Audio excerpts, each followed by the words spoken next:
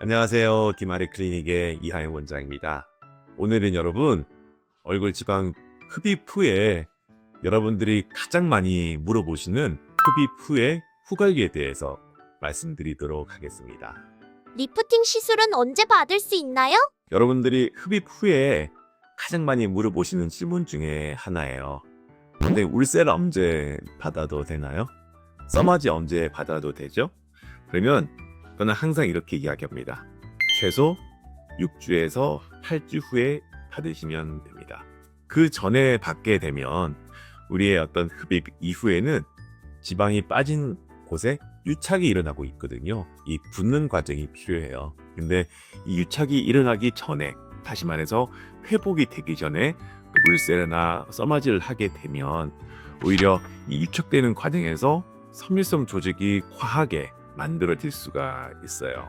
그리고 회복이 일어나기 전이라는 것은 우리의 림프관이 아직 회복이 안 되었다는 거거든요. 림프 조직이라는 게 우리의 노폐물을 제거하고 붓기를 줄여주는 역할을 하는 그런 하수도 같은 조직이에요. 그런데 그런 부위가 아직 회복이 안 되었는데 계속해서 뭔가를 한다는 것은 붓기를 더 조장하게 되고 미세염증을 일으키게 되고 염증으로 인한 여러 가지 노폐물이 제거가 안 된다는 말이거든요. 6주에서 8주 전에 하게 되면 오히려 더 붓기가 조장이 되고 여러분이 생각하는 만큼 그 시술의 결과를 얻지 못할 수가 있습니다. 흡입이라는 건 피하 지방층에서 일어나는 것이고 여러분들이 말씀하시는 울세나 써마지는 그 위에 침피층이나 스마스층, 근막층에서 이루어지는 거기 때문에 층이 약간 다르긴 해요. 그래도 스마스층하고 피하 지방층은 연결되어 있거든요. 그렇기 때문에 피하 지방층의 회복이 이루어지지 않은 상태에서 그 위에 층에 시술을 하게 되면 오히려 붓기가 더 심해지게 되고 오히려 염증이 과다하게 생기면서 얼굴이 더 커지는 경우도 많습니다. 그래서 여러분들이 만져봤을 때 적어도 6주에서 8주 이후에 수술 부위가 단단한 게 없다. 그랬을 경우에는 하셔도 된다라고 말씀을 드리고 있습니다. 땡기미 착용은 필수인가요? 우리가 흡입 후에는 반드시 땡김을 착용을 해야 돼요. 왜냐하면 첫 번째가 유착 때문이에요. 흡입을 하게 되면 지방이 있던 공간이 비게 되잖아요. 그러면 그 빈 공간이 데드 스페이스인데 빈 공간을 반드시 없애주는 작업을 해야 돼요. 빈 공간이 그대로 남아있게 되면 우리의 몸이라는 것은 빈 공간을 채우기 위해서 시멘트 조직과 같은 흉터 조직을 만들게 돼요. 섬유성 조직이 과하게 생기면 원장님 여기에 흉살 생겼어요. 혹은 뭐 다이아몬드 생겼어요 라고 하시는 분들이 많거든요. 대부분의 경우를 보면 유착이 잘 안 되어 가지고 만들어진 데드 스페이스에 섬유성 조직이 많아져서 그래요. 그래서 유착을 시키기 위해서 반드시 땡기미를 써야 돼요. 두 번째는 땡기미를 안 쓰게 되면 이 빈 공간에 다른 조직들이 내려오게 됩니다. 지방이 빠진 공간에 피부가 처진다든지 근육이 내려온다든지 주변에 바탕질이 내려오는 경우도 굉장히 많거든요. 흡입된 곳의 처짐을 예방하기 위해서 우리는 땡기미를 쓰게 되고요. 제일 중요한 것은 땡기미 쓰는 자체만으로도 붓기가 아지게 돼요. 그래서 저희 같은 경우에는 수술하고 첫 24시간을 땡기미를 쓰게 하고 이후에는 일주일 동안 주무실 때 땡기미를 착용하는 것을 권해드리고 있습니다. 타원에서 받고 울퉁불퉁해졌어요. 재수술 가능한가요? 흡입하시고 저희 병원 오시는 경우가 많으세요. 첫 번째 경우가 이런 거예요. 너무 과하게 흡입될 거예요. 자기가 원하는 부위에 흡입을 70에서 80%를 하고 일부 지방을 남겨놓게 됩니다. 그래야지만이 피부에 어떤 울퉁불퉁함이라든지 피부에 주름이 없어지는데 너무 과하게 흡입이 된 경우에 피부에 주름이 생기거나 딤플이 돼가지고 푹 패이는 경우가 발생하는 경우가 많아요. 그런 경우에는 어쩔 수 없이 다시 지방 이식을 해야 돼요. 지방 흡입을 한 경우에 그 부위에 지방 이식만으로 해결 안 되는 경우가 많습니다.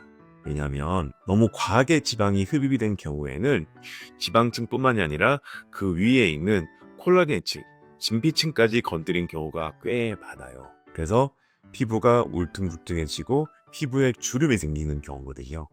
이런 경우에는 지방 이식뿐만 아니라 콜라겐 이식을 병행을 하셔야 돼요.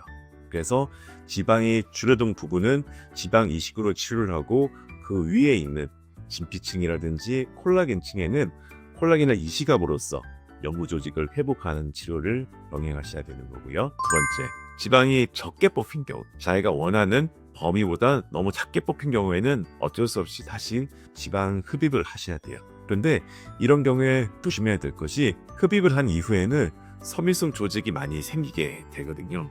그 섬유성 조직이 있는 그 상태로 그대로 흡입을 하게 되면 오히려 흡입하는 양만큼 섬유성 조직이 많이 생김으로써 재수습했는데 효과가 없다는 분들이 많으세요. 이런 경우에는 섬유성 조직에 대한 치료를 해서 단단한 조직을 좀 연화시킨 다음에 그 다음에 흡입을 하셔야지만이 좋은 결과를 얻으실 수가 있어요.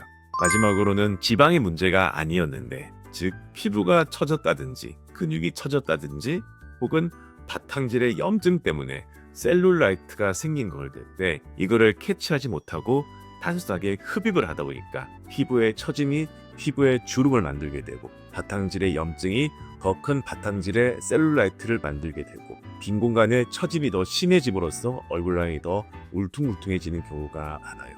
이럴 때는 지방 이식이나 지방 재흡입으로 치료하는 것이 아니라 전혀 다른 방식으로 치료를 해야 돼요. 피부가 처졌을 때는 피부의 리프팅이라든지 탄력을 보강한 치료를 해야 되고, 바탕질에 만성 염증이 있을 때는 그 염증에 대한 치료를 해야 되고, 마지막으로 근육이 처졌을 때는 처진 근육에 대한 치료를 해야 됩니다. 이렇게 환자에 따라서 케이스 바이 케이스 그 환자에 맞는 치료를 해야지만이 지방흡입 이후에 부작용을 잘 치료할 수가 있습니다. 디마레 클리닉의 후관리 방법이 궁금해요. 저희 병원 같은 경우에는 특히 이중턱 흡입을 많이 하거든요. 근데 왜 이중턱이라는 게 단순하게 지방만 많은 사람들이 오는 게 아니에요. 40대 이후의 환자분들을 보면 지방뿐만 아니라 근육까지 처지는 경우가 많아요. 특히 우리 이중턱 근육이 가장 잘 처지는 근육이거든요. 그런 분들 같은 경우에는 지방 흡입을 한 이후에 반드시 이중턱 근육을 강화하는 시술을 해야 되는데, 그런 시술을 저희는 이중턱 EMS 밴드를 제공함으로써 홈케어 치료를 하게끔 해드려요. 다른 병원 같은 경우에는 처진 근육을 근육 묶기를 하는 경우도 최근에 많습니다. 그런데 근육을 묶기를 하게 되면 안쪽에서 묶여진 근육이 반드시 울퉁불퉁한 라인을 만들기 때문에 EMS 밴드를 제공함으로써 저희 병원은 이중턱 지방 흡입을 한 이후에도 근육 관리까지 해줌으로써 완벽한 턱선을 만들어드리는 치료를 같이 하고 있습니다. 그래서 여러분, 얼굴 지방 흡입은 단순하게 흡입만으로 해결 안 되는 경우가 굉장히 많습니다. 여러분들이 흡입을 했는데 뭔가 만족스럽지 않을 때는 지방층에 문제가 맞는 것인지, 지방층에 흡입을 과하게 한 것인지 혹은 적게 한 것은 아닌지 한번 따져보시고요. 근육에 대한 이해가 없는 것은 아닌지, 얼굴 근육 활용법은 잘 하고 있는지에 대해서 한번 알아보시면 좋을 것 같습니다.